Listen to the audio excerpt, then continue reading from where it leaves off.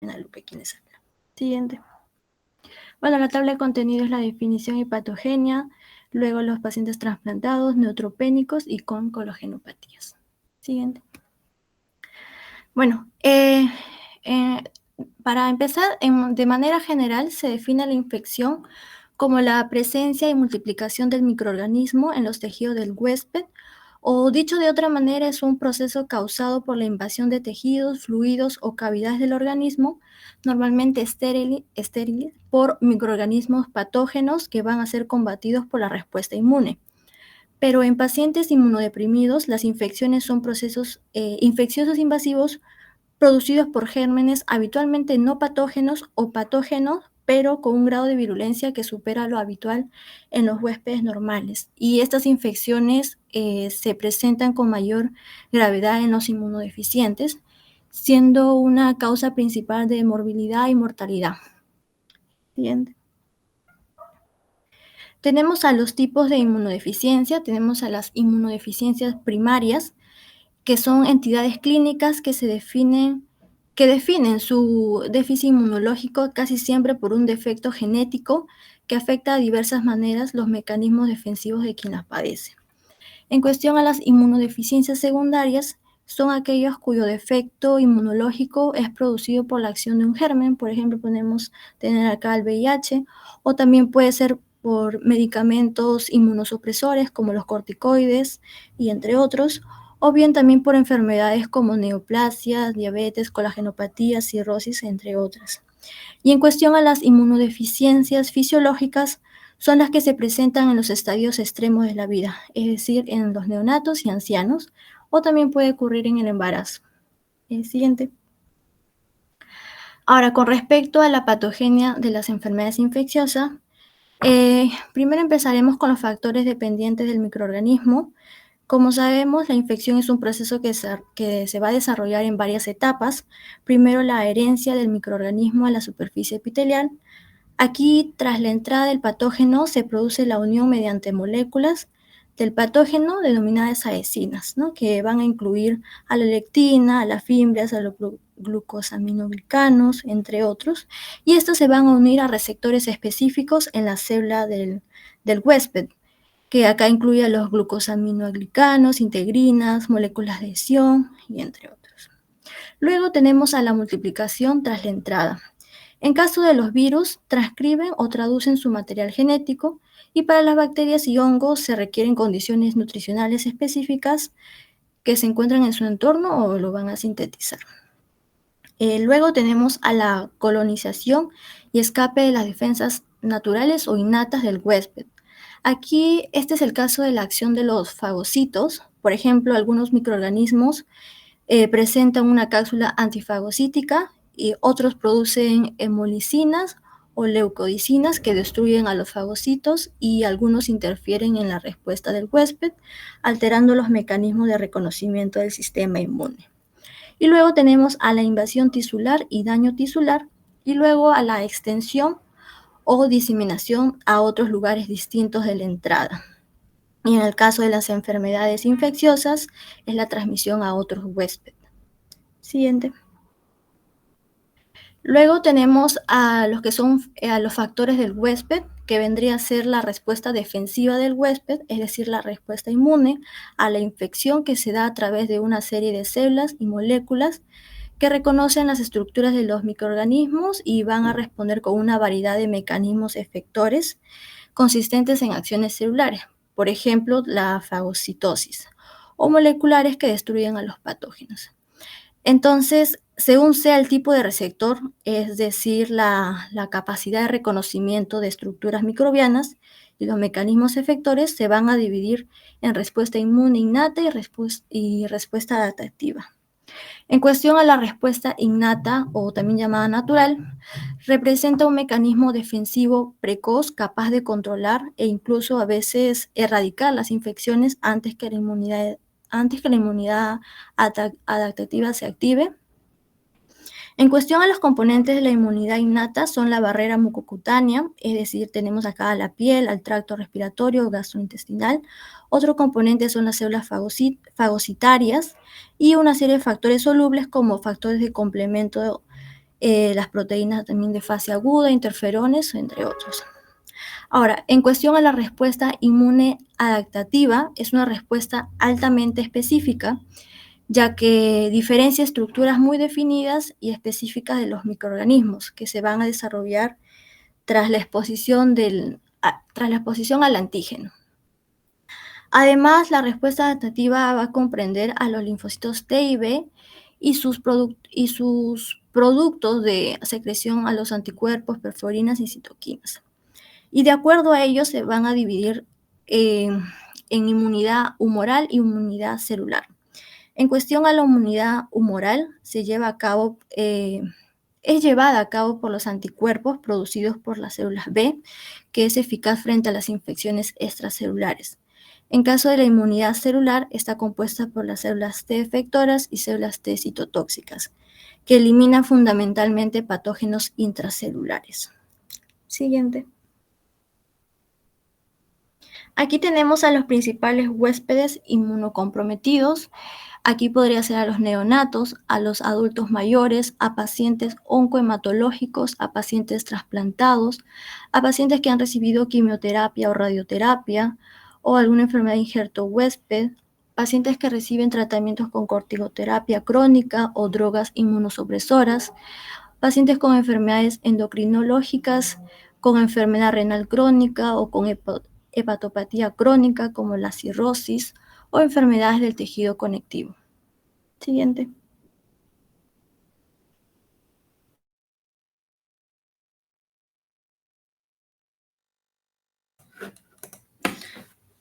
Vamos a empezar con el primer tipo, con los pacientes trasplantados de órganos sólidos o hemáticos. Primero tenemos las infecciones bacterianas, son las más frecuentes, que tienen mayor mortalidad y, como todos, depende del tipo de trasplante, del órgano que se va a trasplantar. Tenemos el hepático, pulmonar, renal, pancreático, cardíaco, por decir unos ejemplos, de los cuales las infecciones bacterianas se dan sobre todo en el pulmonar.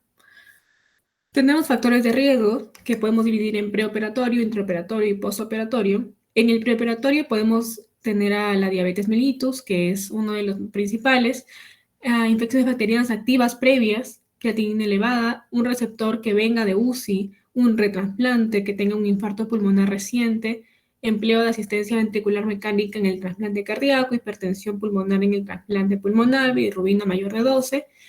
Y en cuanto al intraoperatorio, cuando el tiempo quirúrgico se prolonga, cuando hay una transfusión de hemoderivados abundante y equipo quirúrgico con poca experiencia.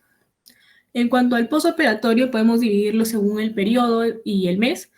En el periodo inicial, que es el primer mes, tenemos factores de riesgo nosocomiales como la cirugía, la ventilación mecánica, catéteres intravenosos, las sondas, antimicrobianos, transmisión cruzada y ambiental, donde encontramos biologías como bacterias, bacilos gram negativos no fermentadores, el Staphylococcus aureus, el Enterococcus y la Legionella. En el periodo intermedio, que es el segundo al sexto mes, tenemos factores de riesgo de inmunosupresión, como son periodos de rechazo del órgano y también infecciones por citomegalovirus. También complicaciones quirúrgicas tardías, donde encontramos etiología también la Legionella, Salmonella, Nocardia, Enterococcus, Staphylococcus aureus, y en el último periodo, que es el tardío, que dura del séptimo mes al año, el factor de riesgo son los patógenos de la comunidad. Encontramos el neumococo, el Haemophilus influenzae, E. coli, tuberculosis. Y en cuanto al tipo de trasplante, también podemos tener infecciones frecuentes y otras infecciones. Como mencioné, el principal es el pulmonar. En el pulmonar tenemos la neumonía, que puede tener también una traqueobronquitis, sinusitis, bacteriemia primaria. Puede también tener asociado una infección urinaria, mediastinitis. En la renal puede ser una ITU baja o una alta, como pielonefritis. Y otras también como neumonía, bacteriemia primaria. En el hepático, un absceso hepático, un absceso intraabdominal, colangitis. En el cardíaco también neumonía, etc. El siguiente tipo de infecciones son las víricas. También son frecuentes en trasplante de órganos sólidos, son las segundas en la lista, tiene una alta mortalidad y aumenta la estancia hospitalaria. Aquí los principales son los herpes virus. Se dan por reactivación de una infección latente adquirida antes del trasplante o por su adquisición a través del órgano trasplantado o de los productos hemáticos administrados durante el acto quirúrgico, que es la forma más grave. El diagnóstico se da por el aislamiento del citomegalovirus, por ejemplo, que es el primero del que vamos a hablar. No siempre va a indicar que haya la enfermedad como tal, sino que es necesario utilizar definiciones diagnósticas aceptadas, como las que vemos en el cuadro de ese lado, que habla sobre el síndrome viral, neumonía, hepatitis, una infección diseminada y enfermedad gastrointestinales. Ahí vemos un cuadro clínico que de eso es de lo que nos debemos guiar, más que del aislamiento del citomegalovirus, que es el herpes virus humano 5. La incidencia de este es del 60 al 90% en receptores de trasplante de órgano sólido. La enfermedad clínica en el 25 y 50% se desarrolla una clínica relevante sin profilaxis y aparece entre el segundo y tercer mes post-trasplante, que es la aparición típica. El siguiente tipo es el herpes simple, que puede dar lesiones de mucosa, oral o genital en aproximadamente un tercio de los pacientes sin profilaxis y suele aparecer durante la tercera y cuarta semana post-trasplante. Es generalmente leve, pero puede causar lesiones ulcerativas graves, una sobreinfección bacteriana y también afectación esofágica. Otro tipo de herpes virus es la varicela zoster, que puede ser una prima infección que es la varicela, mayormente no relevante en adultos trasplantados seropositivos, pero también puede ser una reactivación, que es ya el herpes zóster, con incidencias del 5 al 13%, y usualmente va a partir del sexto mes post-trasplante. Es rara, pero puede ser grave, y diseminarse causando neumonía hemorrágica, encefalitis, pancreatitis, hepatitis, coagulación intravascular diseminada. El siguiente es el herpes virus humano tipo 6, que causa cuadros febriles en las primeras semanas post-trasplante, puede causar neumonitis, hepatitis, aplasia medular, meningoencefalitis. Y el último es el virus de Epstein-Barr, que conocemos que puede dar en su forma infecciosa la mononucleosis infecciosa, que es similar a los pacientes inmunocompetentes. Y también la enfermedad linfoproliferativa post-trasplante, que tiene un amplio espectro que incluye la proliferación policlonal sin criterios de linfoma y la proliferación monoclonal linfomatosa. El último tipo son las infecciones fúngicas, que es la tercera causa de infecciones en trasplantados de órganos sólidos, donde encontramos principalmente al Cryptococcus neoformans, Pneumocystis carini, Cándida, Aspergillus, que son los causales del 80% de episodios. Tenemos los dos más resaltantes, la Candida albicans, que es la especie de Candida más frecuentemente aislada. La mayoría de infecciones producidas por esta levadura aparecen en los primeros 2 meses después del trasplante y puede producir una infección invasora o no invasora como la mucositis. Puede presentarse en forma de sepsis por catéter, afección interabdominal, ITU y mediastinitis. Vemos que en el cuadro de este lado, de la izquierda, que la cándida puede aparecer sobre todo en páncreas y menos en corazón o riñón. Y el segundo más importante es el Aspergillus, que aparece más en trasplante de pulmón y la mayoría acontece en el segundo y sexto mes después del trasplante. Este puede causar 5 tipos diferentes de enfermedad, como la aspergilosis cutánea primaria, que es la forma localizada, la aspergilosis pulmonar, que puede ser invasora aguda o crónica necrotizante, la aspergilosis bronquial invasora, que es exclusiva en los pacientes con trasplante de pulmón, y la angioinvasión, que puede realmente invadir a cualquier órgano, pero sobre todo cerebro, vaso, tracto gastrointestinal, etc., produciendo una forma así diseminada. Y también tenemos un cuadro que nos habla de los factores de riesgo en pacientes trasplantados de órgano sólido, que también podemos dividir en pre, intra y post. En el pre, si el paciente tiene una insuficiencia renal aguda que necesite hemodiálisis, que tenga hepatitis fulminante, anemia, colonización previa de hongos o levaduras, que utilice corticoides o antimicrobianos y creatina alta o bilirrubina alta en sangre. En el interoperatorio, lo mismo, que tenga una intervención quirúrgica que dure más de 11 horas, que necesite más de 40 unidades de derivados hemáticos. En el post-trasplante, que su estancia en UCI sea más de 5 días y que utilice bastante cantidad de antibióticos, que luego de la operación también tenga una insuficiencia renal o necesite hemodiálisis, que tenga inmunosupresión elevada o que se infecte por citomegalovirus. Ya no se escucha tu audio. Tu micro. Ah, ya, ahora sí me toca. Ya. Bueno, yo voy a hablarles acerca de la parte de las infecciones en neutropénicos. Siguiente, por favor. Ya, a ver. Para hablar de neutropenia, vamos a hablar primero de los neutrófilos, solo recordando un poquito. Como sabemos, los neutrófilos pues tienen una función importante en el mecanismo de defensa frente a la presencia de diversos microorganismos, agentes extraños, ¿verdad? Entonces ellos forman una parte importante de la inmunidad innata que van a tener una función de fagocitosis, también hacen la función de degranulación extracelular, o formando trampas extracelulares, ¿no? Entonces es muy importante contar con esas importantes células, con los neutrófilos, ¿no? Bueno, ahora si nos referimos a la neutropenia en sí, vendría a ser pues la reducción del recuento absoluto de los neutrófilos, o sea, por debajo de los 1500 células por milímetro cúbico.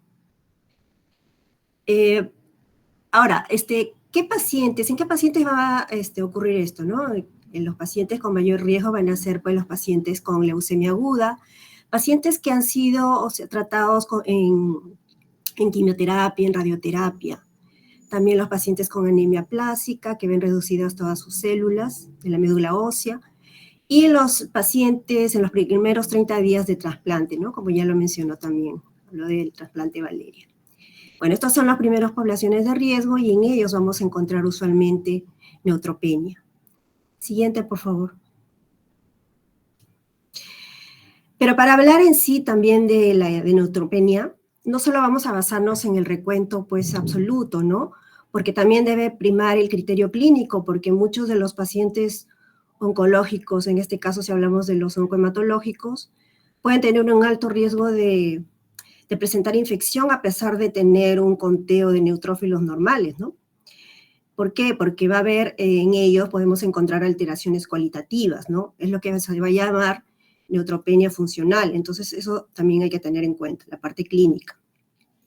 Entonces, como vemos acá, si clasificamos la neutropenia febril, que la neutropenia febril viene a ser como cuando se presenta una temperatura mayor, si nos vamos al lado derecho, vemos cuando la temperatura oral va a estar por encima de los 38.5 grados Celsius, ¿no? Esa es una toma, mayor o igual a 38.5.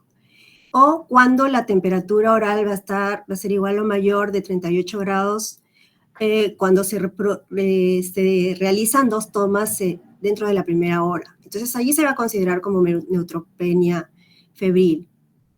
Y esta neutropenia febril se va a desarrollar sobre todo en el curso de una quimioterapia, ¿no? Como les explicaba anteriormente. Y se considera que esta neutropenia febril puede tener un origen infeccioso hasta en un 60% de casos. Y cuando se presenta en casos de neutropenia muy severa, pues hasta puede considerarse mucho mayor el porcentaje, ¿no? Bueno, ahora dentro de la clasificación de neutropenia febril, tenemos leve cuando el conteo absoluto de neutrófilos está entre 1500 y 1000 células por milímetro cúbico, moderada cuando está entre 1000 y 500 células por milímetro cúbico, o entre severa cuando está menos de las 500 células. Otros consideran que se puede tomar en cuenta también la muy severa cuando va a estar ya por debajo de 100.000 células por milímetro cúbico. Y dentro de los agentes más importantes o tomados en cuenta en el caso de los neutrófilos febriles, tenemos a las bacterias, hongos y virus. Dentro de las bacterias tenemos pues los gram positivos y gram negativos. Dentro de los gram negativos es importante considerar la presencia de Staphylococcus aureus, Enterococcus fecalis, Streptococcus pneumoniae y Listeria monocytogenes. Dentro de los gram negativos más frecuentes son los E. coli, las Klebsiella pneumoniae, la Pseudomonas aeruginosa y el Acinetobacter. En los hongos más frecuentemente encontramos la cándida, Aspergillus, el Mucor, el Pneumocystis jirovecii y el Fusarium también. Y dentro de los virus podemos considerar el herpes 1 y 2, los citomegalovirus, el virus Epstein-Barr y el varicela zoster. Siguiente, por favor. Bueno, acá sobre todo para considerar, vamos a explicar primero que en la mayoría de los casos vamos a identificar los patógenos de acuerdo también a la clínica que vamos a encontrar, ¿no? Por ejemplo, puede haber infecciones a nivel del tracto respiratorio superior e inferior que van a desarrollar neumonía, como sinusitis, otitis. También hay infecciones a nivel del sistema gastrointestinal que van a originar infecciones, por ejemplo, gastroenteritis, mucositis, esofagitis y hasta enterocolitis, ¿no? También va a haber infecciones a nivel de la piel, a nivel del sistema nervioso central y va a desarrollar, por ejemplo, una meningitis, ¿no? Entonces, se va a realizar una serie de exámenes justamente para identificar la causa, ¿no? Y a veces el origen de la infección se puede detectar a veces en un 30 o 50% de los casos, a veces es un poco difícil también, dependiendo también de los laboratorios y los materiales que dispongamos para realizar las diversas pruebas, obviamente, ¿no? Entre los exámenes de diagnósticos importantes tenemos, por ejemplo, a considerar el hematograma completo, la creatinina, el nitrógeno ureico, electrolitos, todos los que vemos ahí, transaminasas, proteína C reactiva, examen de orina, y se considera también dos hemocultivos importantes, ¿no? Para poder determinar bien la presencia de infecciones. Entonces, si nos vamos a la parte, por ejemplo, cuando se presentan diarreas en el paciente neutropénico, se hace un cultivo, primero un examen directo y cultivo de la materia fecal, la prueba para toxina de Clostridium difficile y el examen parasitológico, ¿no? Esto es importante para ver problemas gastrointestinales. Luego también para otros, en el caso de lesiones lesiones nodulares, se va a hacer biopsia o aspirado. En el caso de mucositis de grado 3, se hace un estudio microbiológico de mucosas. Si se considera una esofagitis, se puede hacer una biopsia de la mucosa. Si detectamos infecciones al nivel del sistema nervioso central, se hará entonces una punción lumbar. En el caso de neumonía también es importante la radiografía de tórax. Y si en el caso de la radiografía no encontráramos nada, se puede considerar una tomografía en caso de que haya persistencia de fiebre, ¿no? Y en el caso de la tos productiva, importante los cultivos de esputo y hacer el GRAM también. En el caso de que se siga con el malestar, con la fiebre, con los síntomas, se hará un y no se llegue todavía a determinar el agente infeccioso, pues se hará un lavado alveolar también en el caso de infecciones respiratorias. Ahora, en el caso de las infecciones por hongos, se debe considerar primero que pacientes con fiebre persistente, ¿no? O sea, ya han pasado pues de los 4 a 7 días del uso del antibiótico y no ha mejorado el paciente, ¿no? Entonces se debe ya considerar la presencia de hongos, ¿no? Infecciones por hongo. Entonces también se hacen exámenes de fondo de ojo, cultivos, búsqueda de hifas, pseudohifas en orina. También es importante la biopsia y cultivo de lesiones en caso de que haya lesiones en piel. La tomografía de tórax o de senos paranasales también es importante para considerar en caso de que haya lesiones a nivel de capitaciones, ¿no? Y esto va a estar relacionado sobre todo con la presencia de aspergilosis invasiva o sistémica. También es importante el test del beta de glucano para detectar presencia de cándida, aspergillus o de pneumocystis, ¿no? Y también el caso de Fusarium. Siguiente, por favor. Bueno, entonces, una vez detectado, pero es importante también que haya un tratamiento antimicrobiano empírico. Y como vemos en el cuadrito amarillo de ahí, este tratamiento debe realizarse dentro de las 2 primeras horas, porque en el caso, por decir, se pase las 24 horas, la posibilidad de mortalidad es hasta de más del 50%.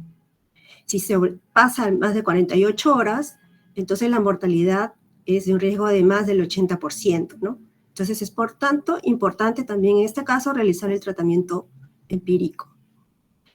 Bueno, también va a haber monoterapia, y como ven, también hay terapia combinada.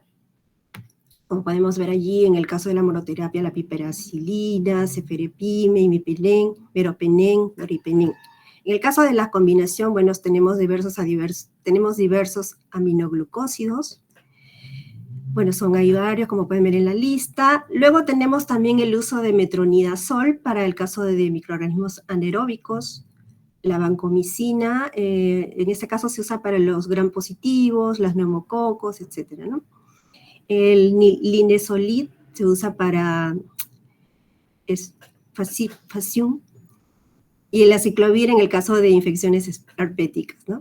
Tenemos también el uso de imipenem, meropenem, doripenem, y en el caso de infecciones fúngicas, la anfotericina B, la caspofungina, el voriconazol, y el fluconazol. Entonces, estos son los medicamentos que van a ser mayormente utilizados en el caso de que se sospeche, pues, infecciones en los pacientes con neutropenia, ¿no? Sobre todo con neutropenia febril. Entonces, para evitar y para tener, pues, medidas preventivas, es muy importante, pues, una higiene absoluta. Muchas veces a estos pacientes neutropénicos se le tiene en lugares aislados, ¿no?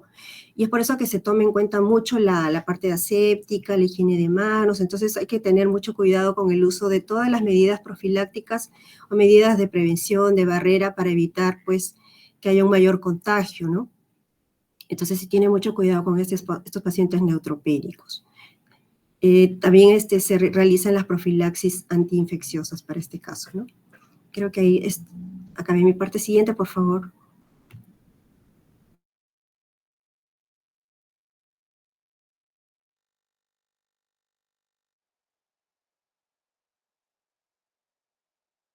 Bien, voy a continuar sobre las colagenopatías. Siguiente, por favor. En sí, las colagenopatías, o también denominadas las enfermedades del tejido conectivo, van a ser aquellas grupo de enfermedades que van a ser causados por anomalías en el sistema inmunológico y van a ser de característica crónica, de inflamación crónica, y pueden afectar varios órganos o tejidos del cuerpo. El ejemplo en estas colagenopatías suele ser la artritis reumatoide, el lupus eritematoso sistémico, la esclerodermia, dermatomiositis, por ejemplo, la periarteritis nodosa o la fiebre reumática. Entonces, en este caso vamos a presentar sobre infecciones relacionadas al lupus eritematoso sistémico, ya que en sí la artritis reumatoide es más común en comparación al lupus, pero la artritis reumatoide en comparación con el lupus suele generar menos prevalencia a infecciones, y más que nada el lupus es porque tiene ciertas características y factores de riesgo que lo hacen presentar. En general, todas las enfermedades de las colagenopatías, al ser tratados con varios ser tratados con inmunosupresores, ya de por sí tienen prevalencia a infecciones. Pero en el caso del lupus tenemos estos factores de riesgo como las características clínicas del paciente, la carga genética, su tratamiento mismo, hasta en el cuadro de enfermedad renal que tiene. Bueno, principalmente en las características clínicas del paciente suele estar relacionado a mayor riesgo de infecciones con una afección a nivel del sistema nervioso central en el paciente lúpico, con una alteración a nivel pulmonar, cardíaco, cuando hay, por ejemplo, ya afección renal y anemia. Entonces, a mayor presentación característica de la clínica de lupus es mayor prevalencia que genera infecciones. Tenemos en infecciones, por ejemplo, la infección previa. Si un paciente con lupus ya presenta alguna infección, puede generar consecuencia otros casos y hasta más de 9, puede presentar en sí más de 9 infecciones en varios años, pero obviamente estos pacientes por sí ya reciben un tratamiento profiláctico. Por eso es que las infecciones suelen ser comunes en esos pacientes y suele ser la principal causa de hospitalizaciones en caso de un paciente lúpico. Tenemos, por ejemplo, la asplenia funcional, que se refiere a la deficiencia del vaso en la destrucción de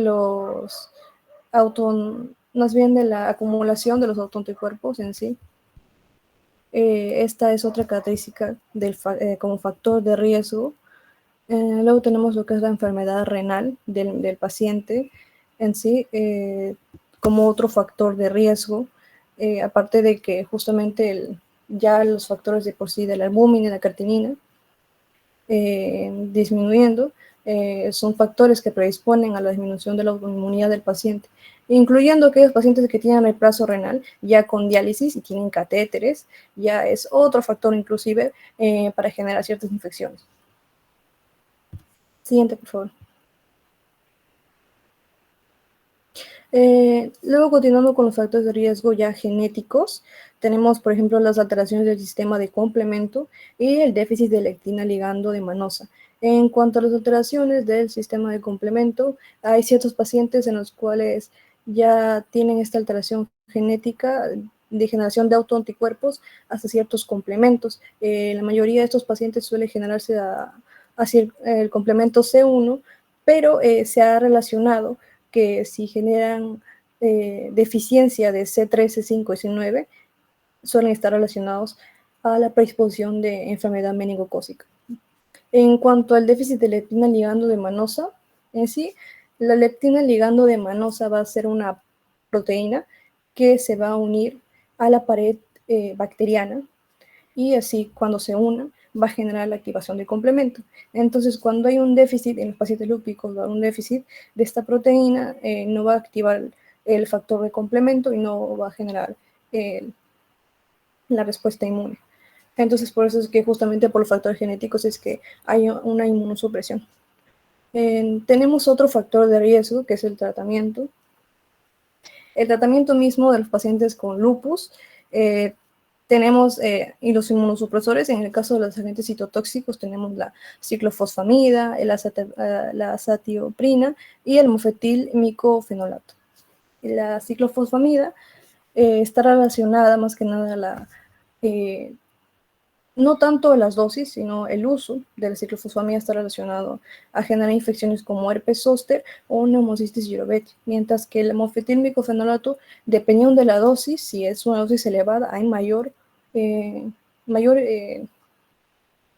facilidad en la cual se genere infección, pero de herpes zóster. Mientras que la cetoprina no se ha relacionado mucho con algunas infecciones, ni oportunistas, ni víricas, ni bacterianas. Tenemos aparte las terapias biológicas como el rituximab.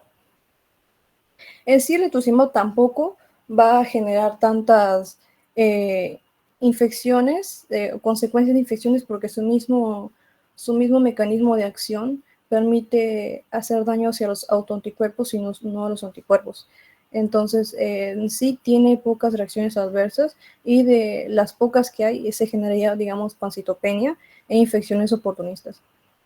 Pero son poco comunes las infecciones oportunistas en el caso del uso de rituximab. Tenemos los glucocorticoides en sí, también es otro grupo de fármacos, incluyendo con los inmunosupresores, que van a generar prevalencia de infecciones. Tenemos que el uso de altas dosis de glucocorticoides puede generar infecciones por Mycobacterium tuberculosis, herpes zóster, neumocistis girovecii y listeria y nocardia. Siguiente, por favor. Bien, luego pasando a las infecciones de lupus, en sí tenemos las infecciones bacterianas, virales y hay oportunistas también. En el caso de las infecciones bacterianas, la más común sería la salmonela. Tenemos, por ejemplo, la Staphylococcus aureus, el Streptococcus pyogenes, el Streptococcus pneumoniae, la Escherichia coli, la Listeria monocytogenes, Mycobacterium tuberculosis también. En el caso de la Streptococcus pneumoniae, ese también es uno de los más comunes y su cuadro clínico suele cursar como una neumonía clásica y suele ser el foco pulmonar, meningio y a nivel cutáneo. En sí, los pacientes lúpicos, la mayor frecuencia de infecciones son bacterianas y suelen ser frecuentemente por gram negativos. Y la causa principal de mortalidad por infecciones bacterianas en estos pacientes suele ser porque generan una sepsis primaria y en consecuencia llegan a un shock y fallecen y el proceso es rápido. Entonces, en el caso de hablé sobre cetococos, también tenemos lo que es la Listeria monocytogenes, que es el menos común en comparación a las demás bacterias. pero la listeria suele generar, como mencioné, también aparte una meningoencefalitis. Luego tenemos las infecciones virales, que así va a ser, por ejemplo, el virus de varicela zoster, el citomegalovirus, el virus de Epstein-Barr, el parvovirus B19 y el virus de la inmunodeficiencia humana, bueno, el VIH. En sí, por ejemplo, el virus del herpes zóster, como mencioné, suele ser de los más comunes en presentarse y está relacionado más que nada a elevadas dosis de glucocorticoides o inmunosupresores. El citomegalovirus en sí tampoco es una infección tan frecuente en los pacientes lúpicos y más que nada está relacionado al uso de inmunosupresores a elevadas dosis igual. También tenemos el virus de Epstein-Barr, que en sí, más que nada, no está tan relacionado últimamente porque se sugiere más que nada que su etiología del virus de Epstein-Barr, perdón, del lupus, la etiología del lupus es que favorece, no está relacionado al uso de fármacos, sino es que la misma patogenia del lupus es que permite, en cuanto al factor genético, es que permite que el virus de Epstein-Barr llegue a una infección por este virus, no es por el uso de fármacos. Tenemos luego el parvovirus B19, que también está más que nada relacionado como a la déficit de ciertos anticuerpos del B19, y por eso es que se genera una inmunosupresión por esta generación de anticuerpos y mayor prevalencia de infección por virus de parvovirus B19. Siguiente, por favor. Y al final tenemos infecciones oportunistas, que también son poco comunes, pero tenemos a la cándida, al Cryptococcus neoformans, Aspergillus, el Toxoplasma gondii y la Pneumocystis jirovecii. La mayoría de estas infecciones oportunistas suelen ser hongos. Y tenemos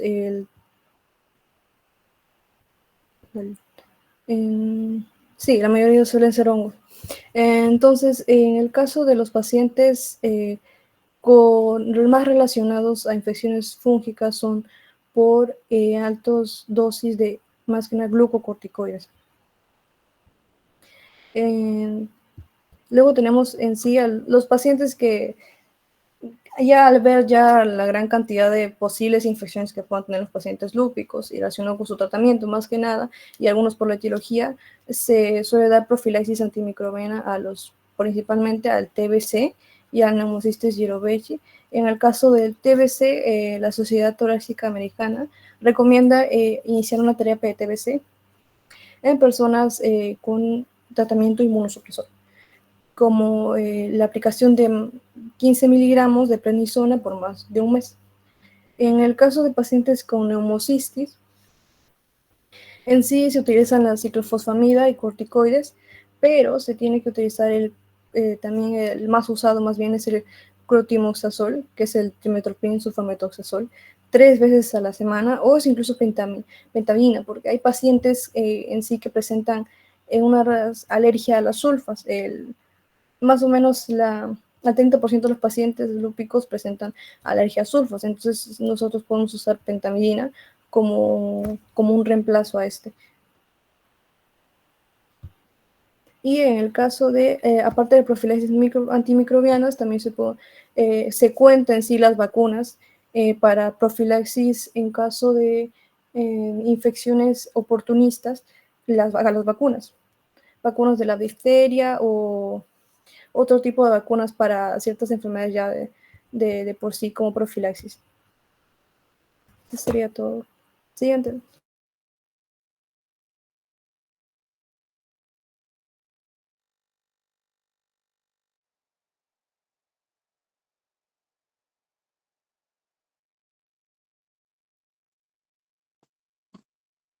Bien. Vamos a hacer algunas preguntas. En general les cuento que, sí me escuchan, ¿no? Sí, doctora, sí se le escucha. Gracias, Franco. Franco, creo que eres el único que tiene este micro, porque los demás no dicen nada. Ya, a ver. bueno, y aparte del grupo, ¿no? Que ha expuesto, ya, perfecto. Miren, este artículo que les pedí al grupo que revisen, porque eso es para todos, es un artículo que es muy útil para el tema de infecciones en huéspedes inmunocomprometidos, ¿no?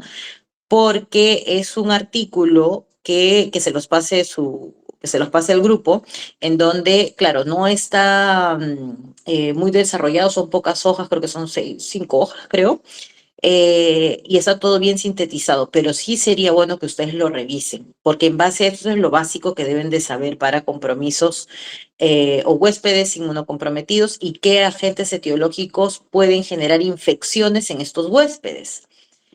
¿Por qué? Porque así como ha mencionado el grupo, ¿no? Dependiendo del inmunocompromiso, yo puedo proyectar o pensar en algunas infecciones, ¿no? Entonces, que son las más comunes que aquejan a ese grupo de pacientes, que son, por ejemplo, como lo mencionó su compañera, que son trasplantados, ¿no? Otro grupo, los que utilizan corticoterapia crónica. Otro grupo, ¿no? Colagenopatías, ¿no? Lupus. Entonces, todos estos pacientes que por su patología de base tienen déficit de algún componente del sistema inmunológico, pueden tener alguna infección, ¿no? Entonces, y en eso ustedes tienen que orientarse. Ese artículo es muy bueno, entonces que se lo pasen las chicas. Y en ese contexto también ver cuáles son los gérmenes, porque todo está relacionado. ¿Ah? Miren, a ver, ¿quién vio? A ver, espérenme. Creo que fue, no sé si fue Blanca. ¿Qué parte, doctora? Blanca, ¿tú dijiste trasplantados, creo? No, me estoy confundiendo. No, doctora, eso fue Valerio, sí. Ah, ya. Entonces Valeria vio trasplantados. ¿Y quién vio al final fue de corticoterapia en Andrea. lupus? Lupus. Andrea, doctora. Ya, Andrea, ¿no? Entonces vamos a ir por esa parte. A ver, según lo que mencionó Andrea, ¿cuál es la inmunidad que está comprometida en los pacientes que reciben corticoterapia crónica?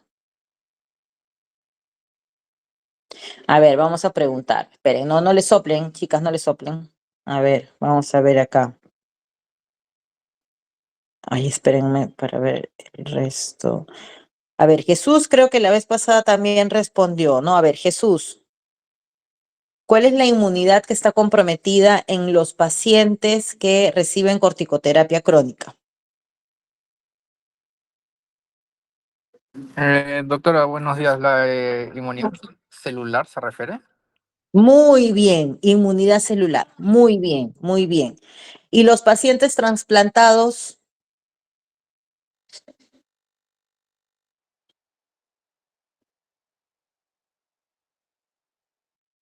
A ver, Jesús, los pacientes trasplantados.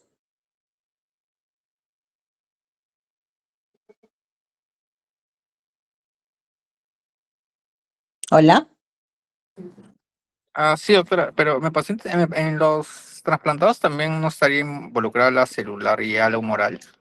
Muy bien, en los trasplantados también hay déficit de la inmunidad celular. ¿Y los pacientes con VIH?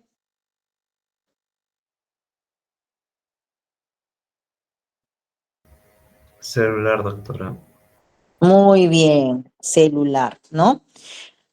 Muy bien. Y a ver, ¿qué enfermedades, ¿no? De las que han mencionado, porque lo mencionaron al inicio, en la introducción, ¿no? ¿Qué enfermedades pueden tener déficit de la inmunidad humoral? Porque estamos hablando de celular, ¿no? Y cuando hablamos de déficit de la inmunidad celular, ustedes ya van a saber, ¿no? Una paciente que viene haciendo fiebre y pensamos en una infección y es una paciente lúpica que además toma corticoterapia crónica, y ustedes dicen, acá tengo que pensar déficit de la inmunidad celular, probablemente esta paciente pueda tener alguna infección relacionada con los microorganismos que más aquejan a estos pacientes con déficit de la inmunidad celular. Por eso es que muchos pacientes se parecen, ¿no? Por ejemplo, los pacientes con lupus, también que tienen déficit de la inmunidad celular por la corticoterapia crónica, pueden desarrollar infecciones igual que lo hacen los pacientes con VIH, ¿no? Porque es el mismo compromiso de la inmunidad celular. Ahora, ¿Qué pacientes, porque lo mencionaron al inicio de la presentación, pueden tener déficit de la otra inmunidad, ¿no? Humoral. A ver, menciónenme un ejemplo. ¿Qué Este, grupo está aquí? sí, doctora, de humoral puede ser mieloma múltiple. Muy bien, muy bien. ¿Qué más?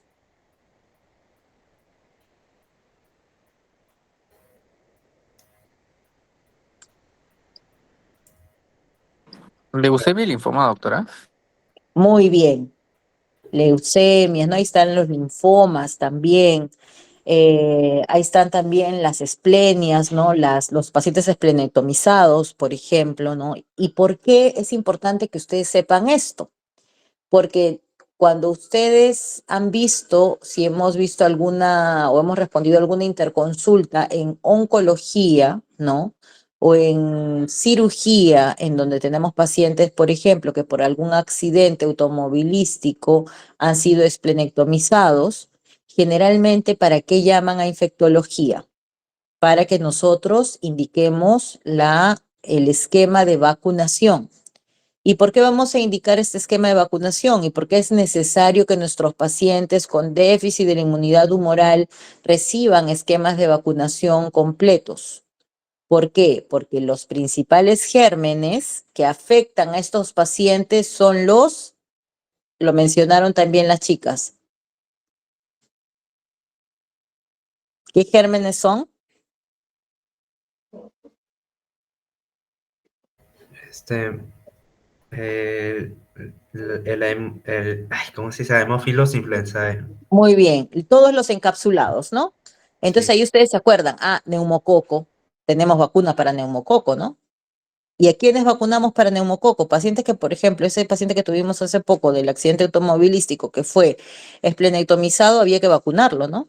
De emergencia, porque puede desarrollar alguna infección relacionada con algún germen, ¿no? Algún microorganismo también encapsulado, neumococo, meningococo, Haemophilus, ¿no? También que hay disponible la vacuna para Haemophilus influenza. Muy bien. Entonces, y así ustedes van orientándose cuáles son las infecciones que más pueden aquejar a estos grupos de pacientes, ¿no? Determinar qué agentes etiológicos.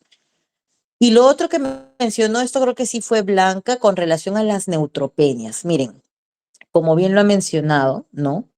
Cuando tenemos un caso de neutropenia febril en un paciente, ¿no? Que generalmente son nuestros pacientes oncológicos, eh, son casos que nosotros consideramos de emergencia, ¿no? Y bien lo mencionó ella, escucharon los porcentajes, más del 50% de mortalidad. Generalmente un paciente con neutropenia febril, con neutropenia y que hace fiebre, ya se considera, ¿no? Más de un 30-40% que es probablemente una infección, ¿no? Hasta que se demuestre lo contrario. Y por eso es de que está justificado que utilicemos tratamiento de forma empírica hasta que aislamos el germen que puede estar causando esta neutropenia febril. A veces el paciente con neutropenia febril no hace otro síntoma más que fiebre, ¿no? Lo único que encontramos en un paciente neutropénico y con fiebre y lo consideramos una emergencia. Por eso lo ideal es que ustedes obviamente tienen que tratar en la mayor cantidad que sea posible, aislar el germen, ¿no? Entonces, y por eso es de que lo que está indicado como parte ya establecida, protocolizada, es que tomamos cultivos, pancultivos, ¿no? Tomamos pancultivos, iniciamos cobertura antibiótica. Y si luego, ¿no? Evaluamos al paciente 72 horas, sigue febril, podemos ampliar esta cobertura antibiótica. Y si luego sigue febril, ya lo ampliamos porque la probabilidad de que tenga una infección relacionada a un hongo también es alta, ¿no? Entonces, bien lo han mencionado los hongos levaduriformes, como cándida, ¿no? Otros hongos que pueden también afectar a nuestros pacientes oncológicos que tienen neutropenia febril, ¿no? Y los más graves, que también lo mencionó Blanca, los filamentosos, ¿no? Porque nuestros pacientes hacen fiebre, fiebre, fiebre. Hacemos una tomografía, iniciamos según tratamiento empírico, como bien lo dijo Blanca, iniciamos antibióticos, ¿no? Porque es lo primero que pensamos, que sea una bacteria. Pero si luego de iniciar el tratamiento antibiótico ampliamos la cobertura antibiótica, sigue siendo fiebre, está bien justificado que iniciemos y agreguemos, porque nadie va a suspender nada hasta que no salga algún aislamiento, nadie suspende nada. Seguimos antibiótico y agregamos un antifúngico. Y muchas veces, a pesar de agregar el antifúngico, sigue el paciente haciendo fiebre y obviamente ya va de la mano con otros exámenes complementarios, como por ejemplo lo que mencionó la tomografía, ¿no? En el INEM, por ejemplo, hay muchos casos o se manejan muchos casos de aspergilosis invasiva en pacientes inmunosuprimidos. Entonces, y muchas veces la única opción que tenemos para poder evidenciarlo es a través de la tomografía, ¿no? Y bueno, otros exámenes complementarios también que hacemos como apoyo al diagnóstico, pero que no siempre los tenemos disponibles. Entonces, pero eso es que ustedes siempre tienen que buscar cuál es el germen, hongo, virus que puede estar, porque bien lo han mencionado también, creo que eso sí fue al inicio. Mencionaron los virus que también pueden afectar a los pacientes con déficit de la inmunidad celular, ¿no? Por ejemplo. Entonces, mientras que ustedes se orienten bien, recuerden, porque es un recordaris también, ¿no? Los tipos de inmunidad, tan importante. ¿Por qué tenemos una inmunidad innata? ¿Qué me va a defender la inmunidad innata? ¿De qué gérmenes, no? Y la inmunidad adaptativa, ¿no? O la adquirida, que se diferencia en humoral y celular también, ¿no? Y en dependencia de eso se van orientando qué compromisos pueden haber y qué gérmenes pueden estar implicados, gérmenes o hongos o parásitos, porque también se menciona, ¿no? Parásitos, virus pueden estar implicados en la infección que pueda estar desarrollando mi paciente. Entonces, bien. Bueno, chicos, bien a las chicas lo han hecho bien, porque la idea justamente era así, ¿no? Que podamos identificar, diferenciar los tipos de inmunidad, cuáles son los agentes etiológicos en cada uno de los compromisos de inmunosupresión y finalmente pues poder tocar algunos grupos, ¿no? De poblaciones más vulnerables, ¿no? Y que pueden tener más riesgo de desarrollar infecciones y cuáles son estas infecciones. Bien. A ver, ¿tienen alguna pregunta para el grupo? A ver, eso sí creo que no hemos hecho. A ver, preguntas para el grupo. Creo que la vez pasada no lo hemos hecho. ¿Tienen alguna pregunta para el grupo? ¿O todo les quedó claro?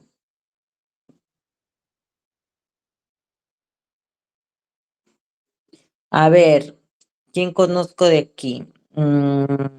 A ver, Ana Lucía.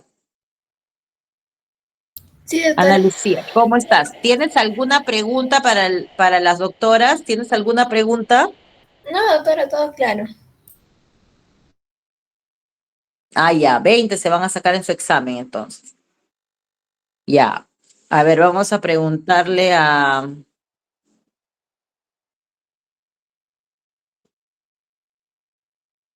Tatiana. Tatiana, ¿tienes alguna pregunta para el grupo?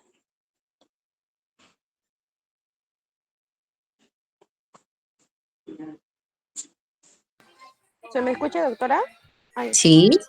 ay, buenos días. Buenas tardes, doctora. No, todo claro, doctora, la verdad.